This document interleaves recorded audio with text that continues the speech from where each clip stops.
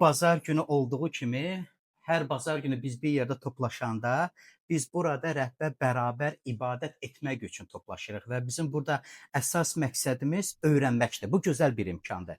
Biz bir yerdə toplaşanda biz öyrənirik.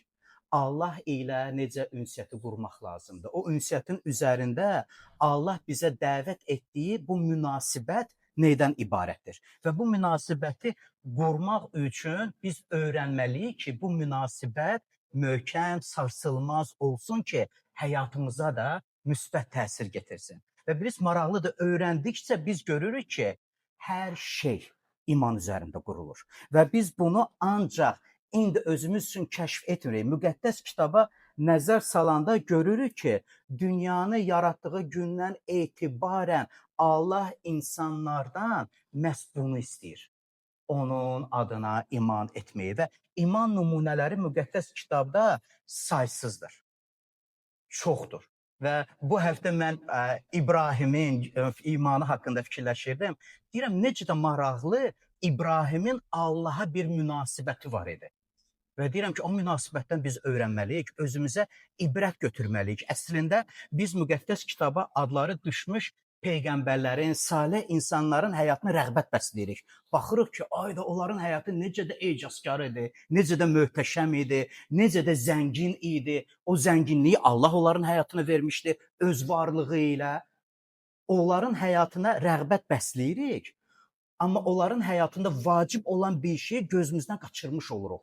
Onların Allaha olan imanı, onların Allaha olan münasibəti və müqəddəs kitab məhz buna vurğular vurur. Məhz bunu qeyd edir ki, onlar Allaha olan imanlarına görə nəyəsə nail olmuş oldular. Çox maraqlı idi. İbrahimin həyatını bu həftə oxuyanda Allah İbrahimə deyir, ata yurdundan çıx və demir hara çıx. Ünvan vermir ona. Hara aparacam? Mən səni aparacam. İbrahim durur və gedir. Əgər Allah bugün sənə elə çağırış versə, məncə çoxlu suallar çıxacaq. Hara gedim? Necə hazırlaşım? İsti paltarları götürüm, yoxsa ki yay paltarlarını götürüm? Yəni nə qədər pul götürüm? Xarici pasport lazımdır, yoxsa lazım deyil? Yəni çoxlu suallar verərək ki, ya Rəbb, hara gedək? Və deyərdim ki, bu məsələ ancaq İbrahimin başına gələn deyil. Biz görürük ki, bu hadisələr çoxdur müqəddəs kitabda. İkinci mənim üçün belə çox cəlb edici olan Həvarilər işləri 8-ci fəsildə Filip ilə olan idi. Allah Filipə bir gün deyir, çıx, mən səni göndərirəm Qəzzəyə gedən yola, cənub yoluna çıx. Hara çıxım? Desə, Allah sizə deyir, çıx cənub yoluna. Cənub yolu Lənkəran, Muğan zonasıdır. Hara? Filip durur və gedir. 1-2 saniyə dayanaq, hə? Filip durdu və getdi. Biz Filipin yerinə olsaq, nə edərik? Və sonra Filipə deyir, arabanı görürsən, yəqin yol idi, böyük bir yol idi və o yoldan çoxlu nəqliyyat keçirdi, çoxlu arabalar keçirdi, hə? Və arabaların sürəti böyük deyildi ki, Filip görürdü içəridə nə baş verir, yaxınlaş filan arabaya. Və oraya yaxınlaşanda görür ki, Yeşaya peyğəmbərin kitabından oxuyur və Filip ona başlayır müjdə verməyə. Çox maraqlı. Və bu günləri də Allah məhz bu imanı bizdən istəyir ki, həmin o iman vasitəsilə, imanın üzərində biz Allah ilə münasibətimizi quraq. Və bu iman Allah ilə münasibətimizi daha möhkəm edəcək ki, Allahın yaxşı işlərini öz həyatımızda görək. Hətta başa düşməyəndə Allah nə etmək istəyir bu anda.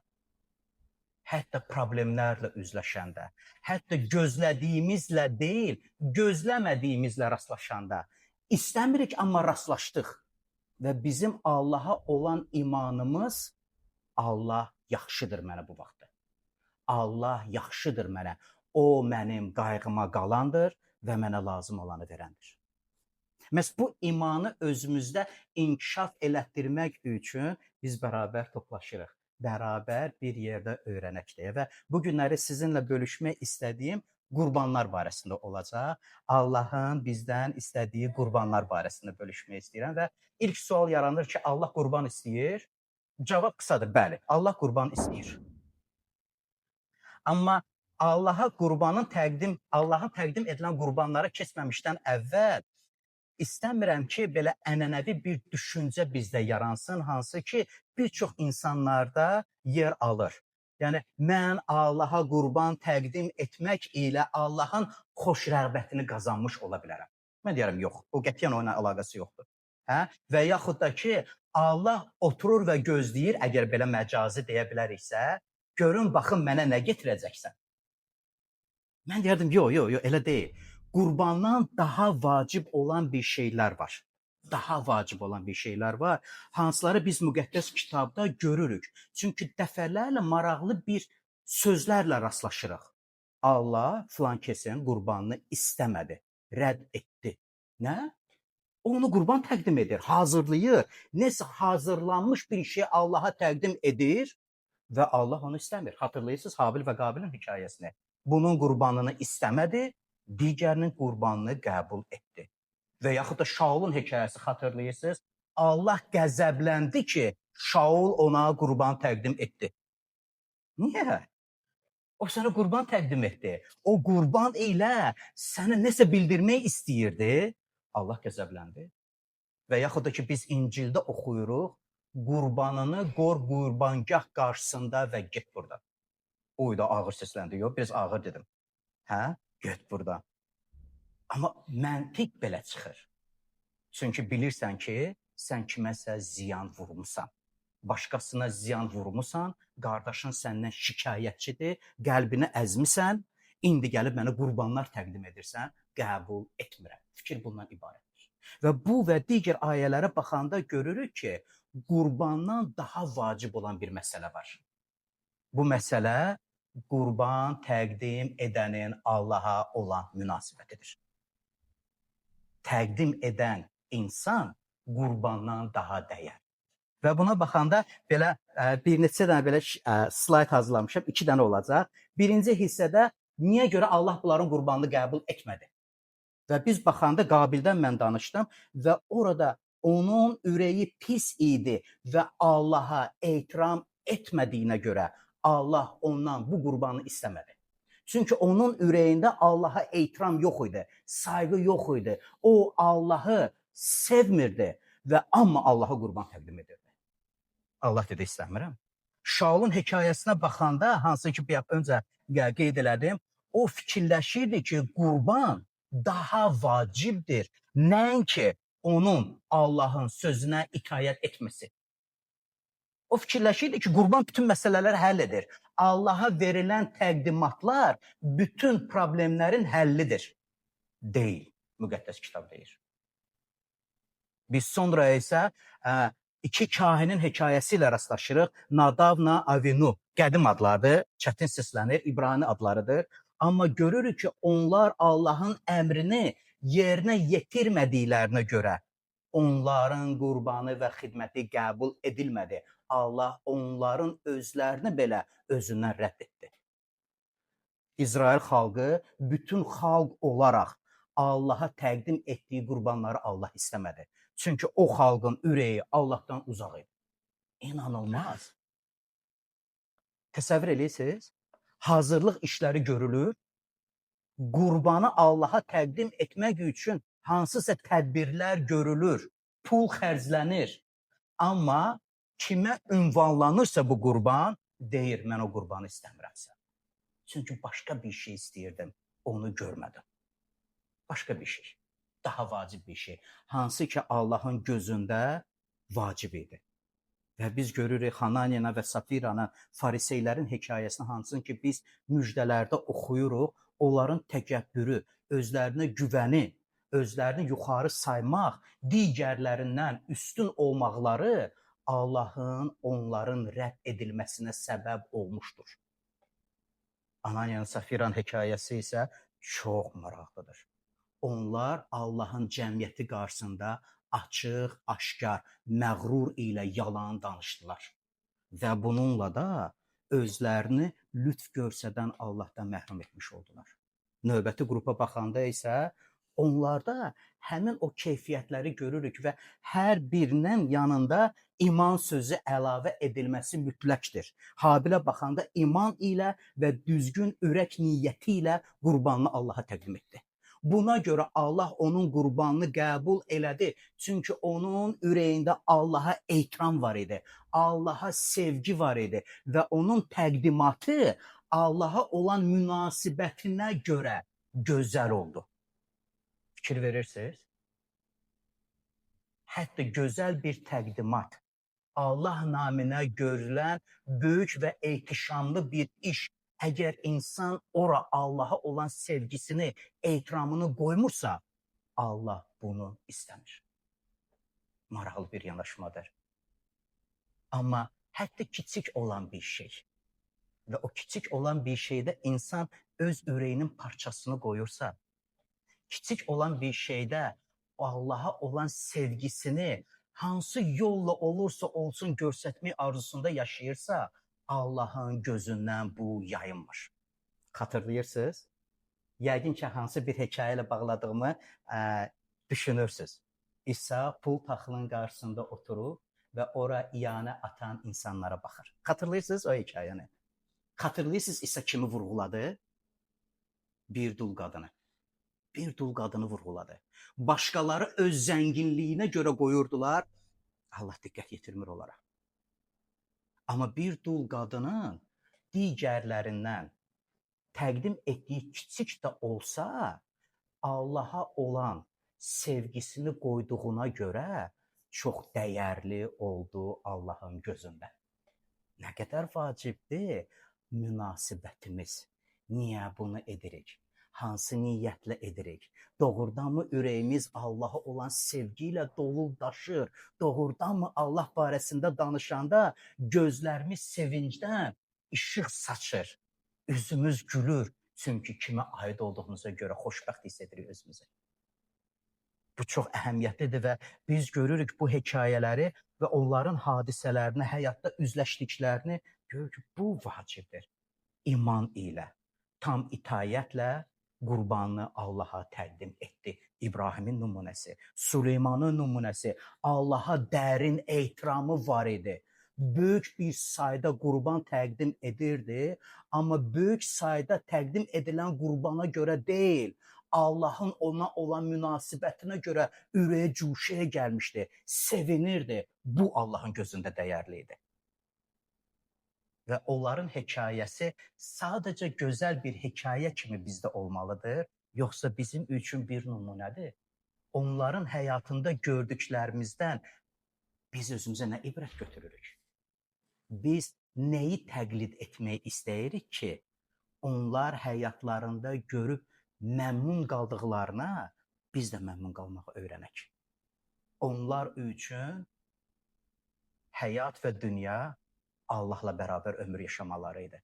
Onların gözündə nə sərvət, nə mal, nə şöhrət yer almamışdı.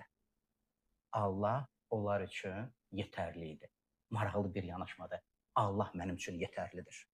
Ona görə həyatda üzləşdiyi çətinliklərdə, qarşı durmalarda onların əksəriyyəti təqiblər ilə üzləşdilər, xəstələndilər və bütün bu çətinliklərdə onların içindəki olan Allaha münasibət onlarda sabit bir durum yaradırdı. Allah mənimlədir, qorxmuram. Allah mənimlədir, bilirəm ki, o məni bu vəziyyətdən çıxardacaq. Onların ürəyində olan bu iman, onların itayəti, onların doğru və düzgün niyyəti, bu niyyətin üzərində olan münasibəti Allah üçün çox dəyərlidir. Və bilirsiniz, bütün bu sadaladığım keyfiyyətlərə baxanda onlar ayrı-ayrı bir keyfiyyətlər kimi deyil, amma bir söz altında birləşən vacib bir fikirdir. İman. Və iman sözün tərifinə baxanda ya da izahına baxanda çox maraqlı bir sözlə rastlaşırıq. İlhamdan xahiş elərdim onu oxusun. İman. Nədir? İman dedikdə biz nəyi nəzərdə alırıq? İman Allaha yönəlmiş daxili etibar və güvəndir. Bu yalnız zahiri və ya ictimai nümayiş deyil, ürəkdən gələn səmimi hörmət və Allaha bağlılıqdır. Fikir verirsiniz iman barəsində biz danışanda, bu sadəcə bir inanc deyil, inanmaq deyil. Bu insanın ürəyində yer alan, daxildə yer alan, insanın ruhunda yer alan etibardır və Allaha güvənməkdir. O zahiri nümayişlə heç bir əlaqəsi yoxdur. Zahirən çox şey danışmaq olar. Və mən də özümü nümunə olaraq gətirsəm, burada sizin qarşınızda durub gözəl, böyük, ehtişamlı sözlərdən istifadə edə bilərəm. Amma əgər dediyim, sizə ünvanladığım sözləri özüm üçün bir nümunə götürmürəmsə, necə əhəmiyyətsiz bir işdir bu. Vacib olan ürəkdən Allaha güvənək, ona etibar edək. Çünki o yaxşıdır. Allahın özünə və onun vədlərinə tam etibar etməkdir. Allahın xarakterinin, kəlamının və vədlərinin dəyişməz olduğuna əmin olmaqdır. Bu vacib olan bir məsələdir. Bu vacib olan məsələdir. Allah bizə olan münasibətini dəyişdirən Allah deyil. Biz eləyik. Bizim üzümüzə gülənə biz də gülümsəyərik. Hə? Bizə biraz hirsli baxana qaşlarımızı belə çat eləyərik ki, qoxsun bizdən. Mülayimlə mülayim, sərtlə sərt olmağa vərdiş etmiş insanlara. Allah isə elə deyil axı. Allah isə elə deyil. Əgər Allah elə olsaydı, məhv olub gedərdik. Allah isə öz münasibətini dəyişdirən Allah deyil. O sevməyə davam edir. O öz vədlərini icra edən Allahdır. Və istəyir ki, biz onda əmin olaq.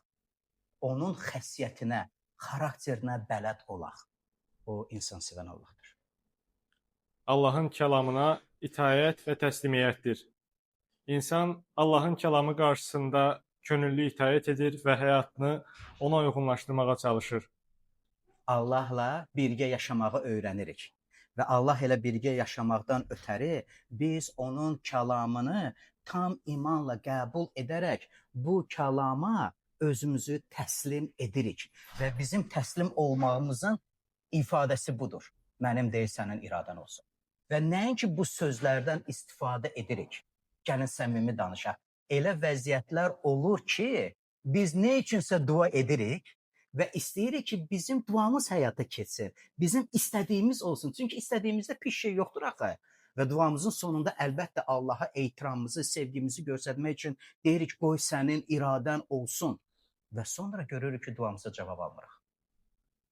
Duamıza cavab almamaq məgər Allahın bizi cavabsız qoyması deməkdir? Yoxsa bu artıq Allahın bizə olan xoş niyyətinə etibarımızdır və biz deyirik, qəbul edirəm. Mən səndən ancaq hər cavabını qəbul etmək üçün dua etmirəm. Mən bütün cavabları səndən qəbul etmək üçün duamı edirəm. Bəzən qarşımda qapıları açırsan və mənim üçün mümkün olmayan bir şey edirsən və o qədər ürəyim sevinir, cuşa gəlir ki, xoşbəxt olub əl çalıb sevinmək istəyirəm. Bəzən isə açıq qapını üzmə nə üçünsə bağlayırsan. Başa düşmürəm. Amma etibar etməyə davam edirəm. Bilirəm.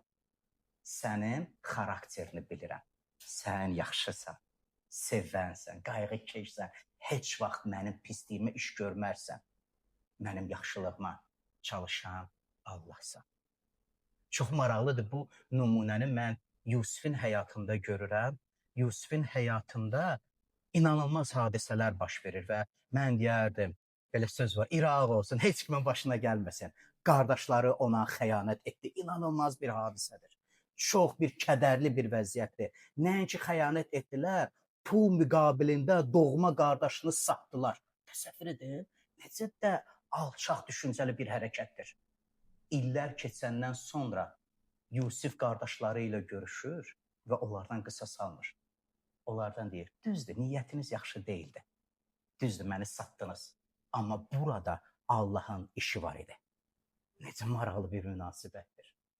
Xəyanət edilmiş insan öz həyatında hələ də Allahın əlini görür. Və o bilir ki, Allah onunladır. Ona görə də ürəyini Allaha bağlamış qalır. Əsir aparılır, sanki bütün həyatı dağıldı bundan sonra.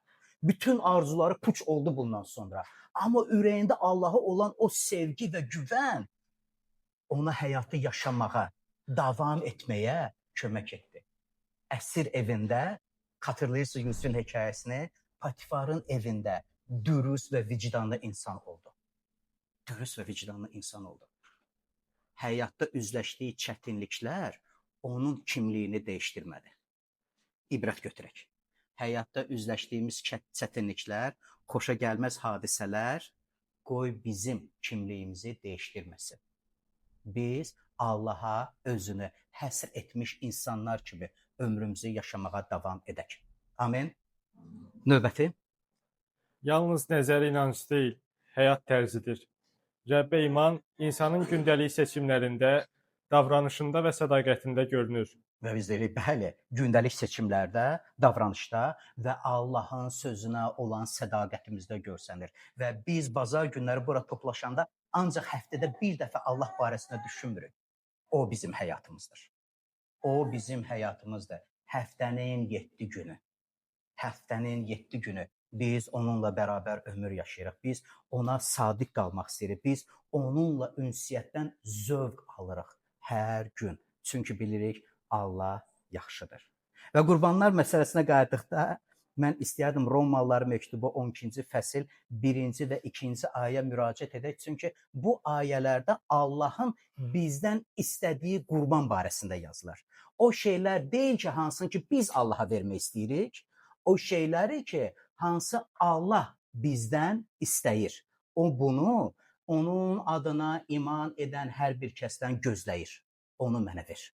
İstədiyini deyil, mən istədiyimi mənə ver. Və onlar nədir? Beləliklə, ey qardaşlar, Allahın mərhəməti xatirinə sizə yalvarıram ki, bədənlərinizi diri, müqəddəs və Allahı razı salan bir qurban olaraq ona təqdim edin. Bu, sizin ağılla etdiyiniz ibadətdir. Bu dövrə uyğunlaşmayın. Əksinə, düşüncənizin təzələnməsi ilə dəyişin ki, Allahın yaxşı, razı salan və kamil iradəsini ayırd edəsiniz. Bir anlıq dayanaq və fikirləşək. Bunu Allah bizdən istəyir. Hər hansı bir təqdimatı onun naminə edə biləcəyimiz işdən öncə Allah deyir, özünü mənə təqdim et. Mən səni istəyirəm. Sənin mənim naminə etdiyin işi yox. Sənin mənim naminə verdiyinləri də deyil, sənin özünə. Fərq var burada. İnanılmaz fərq.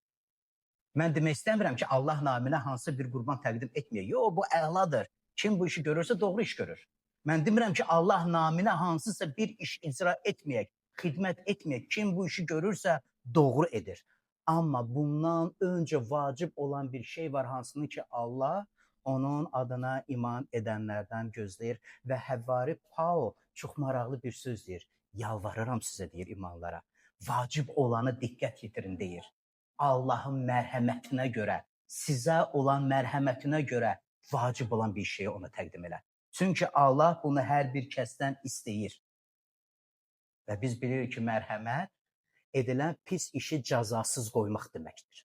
O deyir, əvvəl həyatınız doğru deyildi. Allah Məsih İsa'da sizə öz lütfünü göstərdi. O lütfə görə xilas oldunuz. Allaha yaxınlaşdınız. Həmin o lütfdə Allahın nəinki mərhəməti, sonsuz məhəbbəti bizə aşkar edildi. Və biz gördük ki, Allah bizi sevəndir.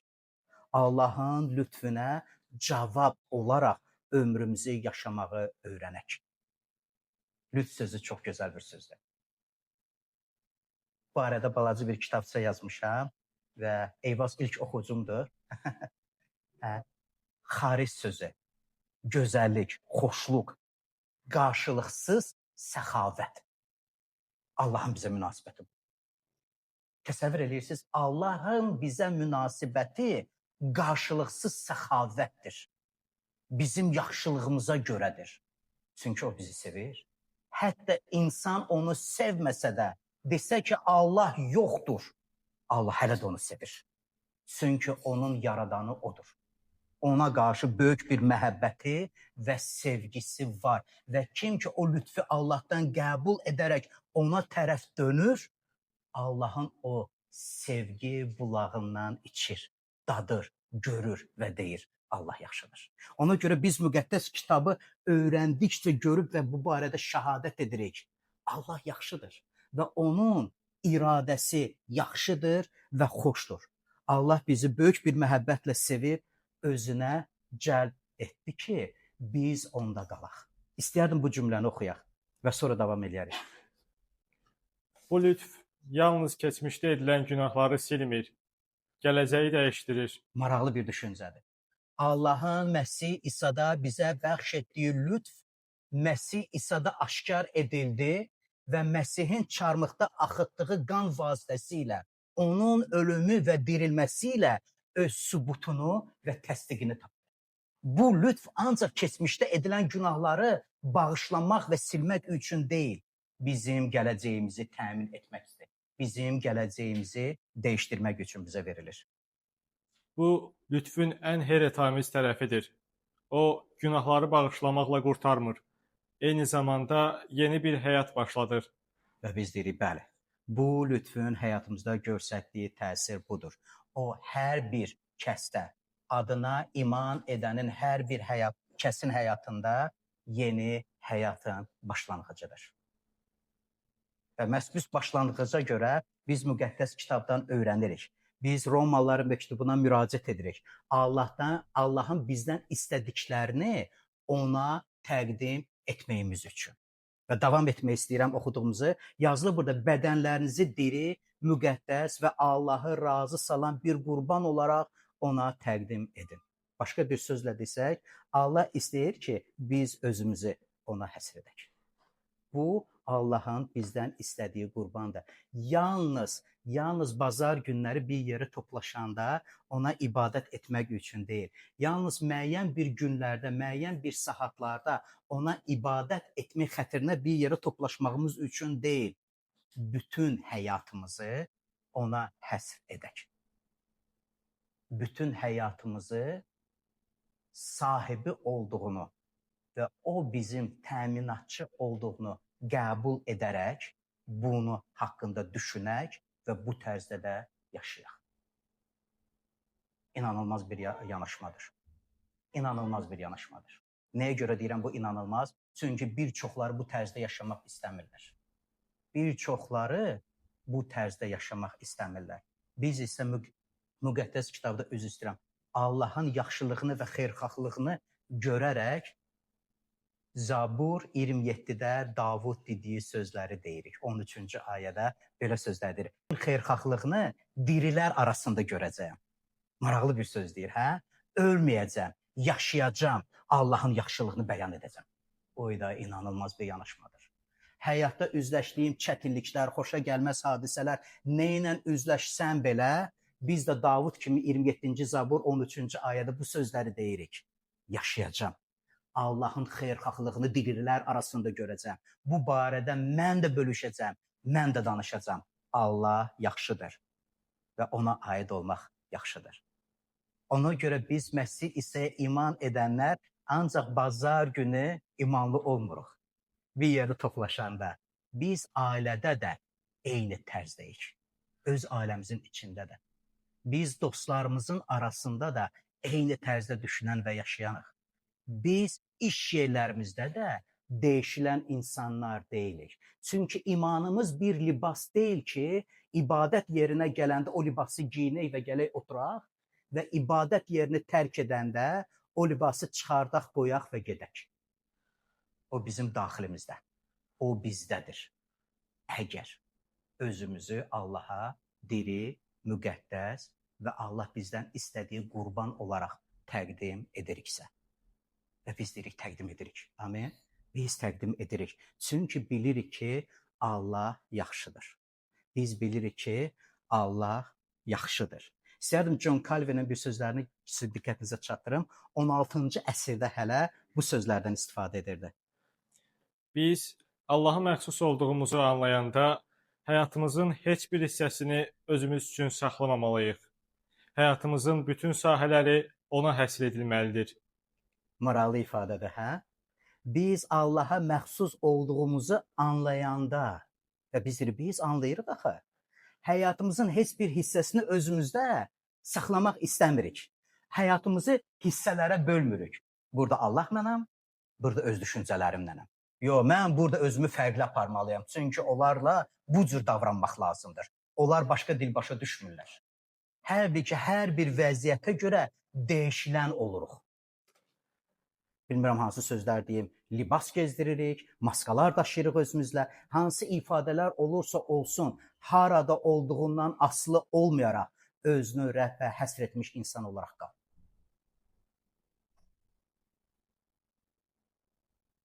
Bu nə qədər vacibdir. Və bu nə qədər önəmlidir. Çünki rəğbət bəslədiyimiz həmin o peyğəmbərlər və salih insanlar olduqları yerdən asılı olmayaraq onlar bu cür yaşadılar. Hətta onları heç kim görməyəndə, onlar tək qalanda onlar dürüst, doğru və düzgün işlər görürdülər. Maraqlıdır. Bunu bölüşəndə Davudun hadisəsi yadıma düşür. Haçan onun həyatına bəla gətirən bu sözü demək istəyirəm. Şaulla gecə qarşılaşır. Şaul yatıb, xəbəri yoxdur. O isə ən etibarlı dostu ilə onun başının üstündə durub. Yəni orada Davud nəsə etsəydi, heç kim xəbər tutmayacaqdı ki, bunu Davud etdi. Yəni arxadan vurulan bir zərbə kimi idi. Və yanındakı olan sadiq dostu Davudun əli qana batmasın deyə o çox maraqlı söz deyir. Davuda deyir, bir işarə ver. Onu nizəmlə yerə mıxlayım. Maraqlı söz deyir orada. Davud hətta orada sussaydı və biz bilirik, susmaq razılıqdır. Biz belə deyirik, hə? Hətta susmaq razılığa bənzəyir. Əgər Davud orada sussaydı, əgər Davud üzünü çevirib, yaxud da ki, bir göz ilə, bir qaş ilə işarə etsəydi, nizə ilə onu vurub öldürərdi. Davudun həyatına bəla gətirən insanın həyatına son qoyardı. Davudun sözü inanılmaz oldu. Allahın məhz edilmişini əl qaldırmayacaq. Üzünü çöndərdi və çıxdı. Heç kim onu görmür. Heç kim bizi görməyəndə, biz tək qalanda, biz hələ də həyatımızı Allahla davam edirik. Və mən deyirəm, insanın dürüst olması, insanın saf olması, heç kim onu görmədiyi yerdə baş verir. Üz istəyirəm, bu mənim ifadəm deyil, bu Bill Johnson ifadəsidir, o belə devrədir. Heç kim səni görmədiyi yerdə sənin dürüstlüğün, saflığın üzə çıxandır. O yerdə düzgün insan ol. Maraqlı nümunələrdir. Maraqlı nümunələrdir. Heç kim məni görməyəndə, düşüncələrimlə təkbətək qalanda, 16-cı əsrdə elə Calvin deyir, heç nəyə bölmürük öz həyatımızda, tamamilə ona veririk. Çünki olduğumuz yerdən asılı olmayaraq biz ona aidik. Və çox maraqlıdır ki, Paul buna ağıllı ibadət deyir. Maraqlı bir söz deyir, hə? Bu sizin ağılla etdiyiniz ibadətdir. Yəni bu ibadət ağıllıdır, doğrudur, düşünülmüşdür, dəyərlidir. Bunu Allah istədiyinə görə siz bunu bilirsiniz və bunu edirsiniz. Allah bunu sizdən istəyir. Və Allah bunu sizdən istədiyinizə görə də siz bunu Allaha verirsiniz. Doğru və düzgünü Allaha təqdim etməklə. Və sonra davam edir və deyir ki, bu zamanəyə uyğunlaşma. Bu zamanədə insanlar necə yaşayırlarsa yaşasınlar. Hansı dəyərlərlə idarə edilirlərsə edilsinlər. Sən Allah ilə doğru, düzgün, onun kəlamına əsaslanmış ömür yaşamağı davam et. Bilirsiniz, insanın düşdüyü mühit onu çox təsir edir. Düşdüyü mühit çox təsir edir. Ətrafında olan insanların fikirləri çox təsir edir. O təsirə düşmür. Bu ayə ilə bunu demək istəyir ki, o təsirin altına düşmə. Ona görə bizim bərabər toplaşmalarımız faydalıdır. Ona görə biz də fikirləşirik ki, necə edə bilər ki, daha tez-tez görüşək. Ona görə Aynura bacı 5-ci günləri yığır, gəlin bərabər dua edək və bir-birimiz üçün duada vəsatət edək. Və bu da bir imkandır ki, biz bir yerdə toplaşmaq üçün bir fürsətimiz olsun. Bir yerdə toplaşaq və bir yerdə bir-birimiz üçün dua edək və vəsatət edək.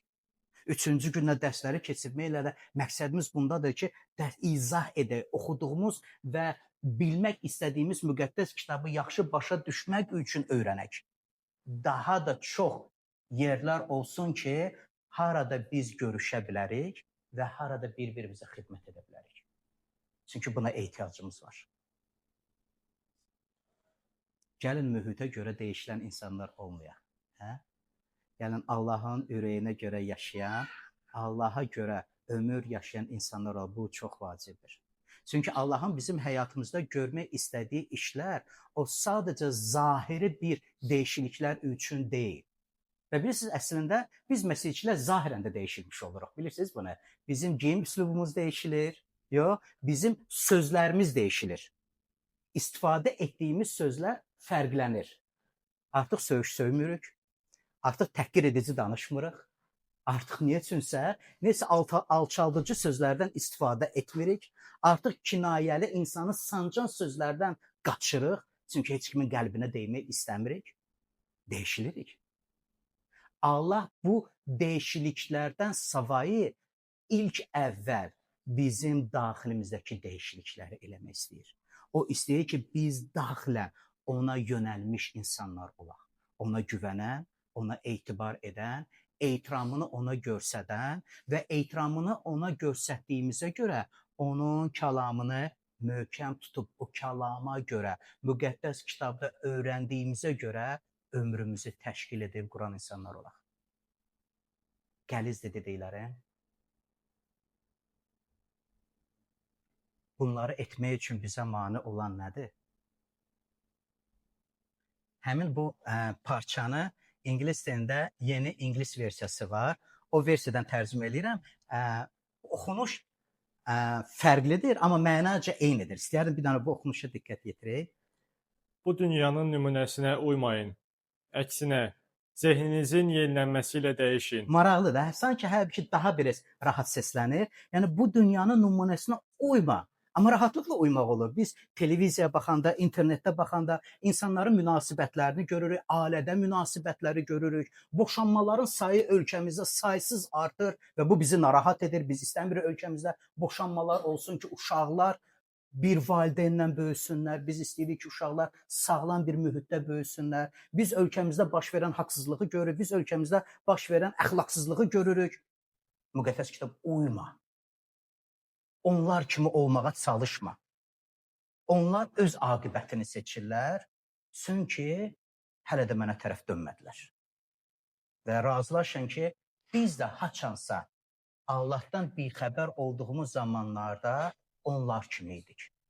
Haqsızlıq edən, haqsızlığa görə yaşayan, hər bir şeydən fürsət uman, hər bir şeyə bir qazancı çevrilən idik. Rəbbi tanıyandan sonra isə bildik ki, həyatımızın ən böyük qazancına nail olduq. Rəbb bizi qazandı. Rəbb bizi özünə tərəf çağırdı. Ondan üstün bir şey yoxdur həyatımızda. Allah bizə üstün, ən dəyərli ad verdi. Onun oğlu və yaxud da qızı olmaq. Təsəvvür edirsiniz? Külli ixtiyar olan Allahın oğlu olmaq. Külli ixtiyar olan Allahın qızı olmaq. Ondan üstün bir şey yoxdur. Aha. Onda Allahın iradəsini başa düşəcəksiniz və təsdiq edəcəksiniz ki, bu iradə yaxşıdır, xoşdur və kamildir. O deyir, düşüncələrinizi dəyişdirsəz, ya Rəbb, düşüncələrimizi necə dəyişdirə bilərik? Müqəddəs kitabı.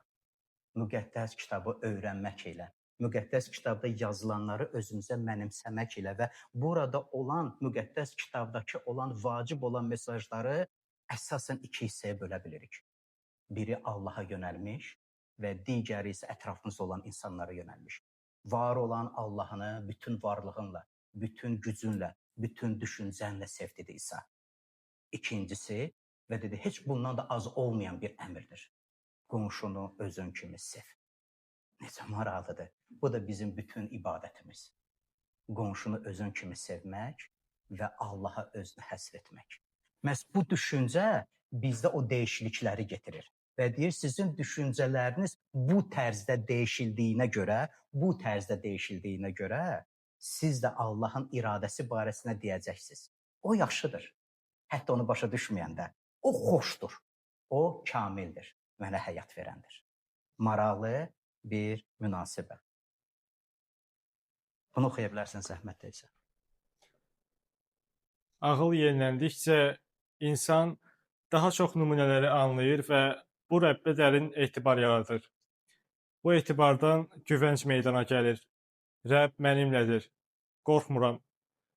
Üzləşdiyim hər bir vəziyyətdə o mənə dayaqdır. Buna görə də deyinmirəm, narazı qalmıram, üsyan etmirəm. Əksinə, qəbullanıram, razılaşıram və onun mənə olan lütfündə özümü təslim edirəm. Rəbb yaxşıdır. Rəbb mənə yaxşıdır. Davam eləyək zəhmət etsə. Rəbbin sənin həyatın üçün yaxşı, xoş və kamil iradəsi var. Amma əgər köhnə təbiətinə görə yaşamağa davam etsən, Allahın bu iradəsini düzgün görə və anlaya bilməyəcəksən. Buna görə düşüncəni Allahın kəlamı və dua vasitəsilə yenilə. Həyatının kiçik sahələrində belə Rəbbə etibar etməyi öyrən.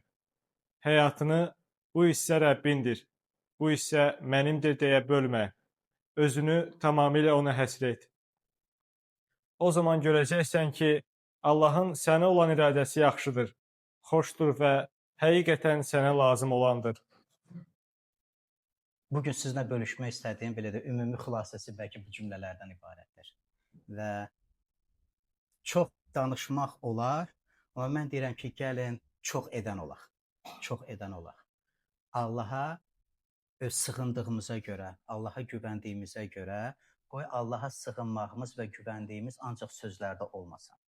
Qoy ancaq çətinliyə düşəndə Allaha axtaran insanlar olmayaq. Qoy onunla yoldaşlıq edək. Maraqlı bir sözlərdən biz istifadə edirik. Çünki bu sözlərdən istifadə etməyə müqəddəs kitab bizə icazə verir. Allah ilə yoldaşlıq edək. Olduğumuz hər bir yerdə onunla olduğumuzu unutmayaq və onun bizimlə olduğunu unutmayaq. Bugünə bu qədər bölüşmək istəyirdim. Qoy Rəbb sizə xeyir dua versin.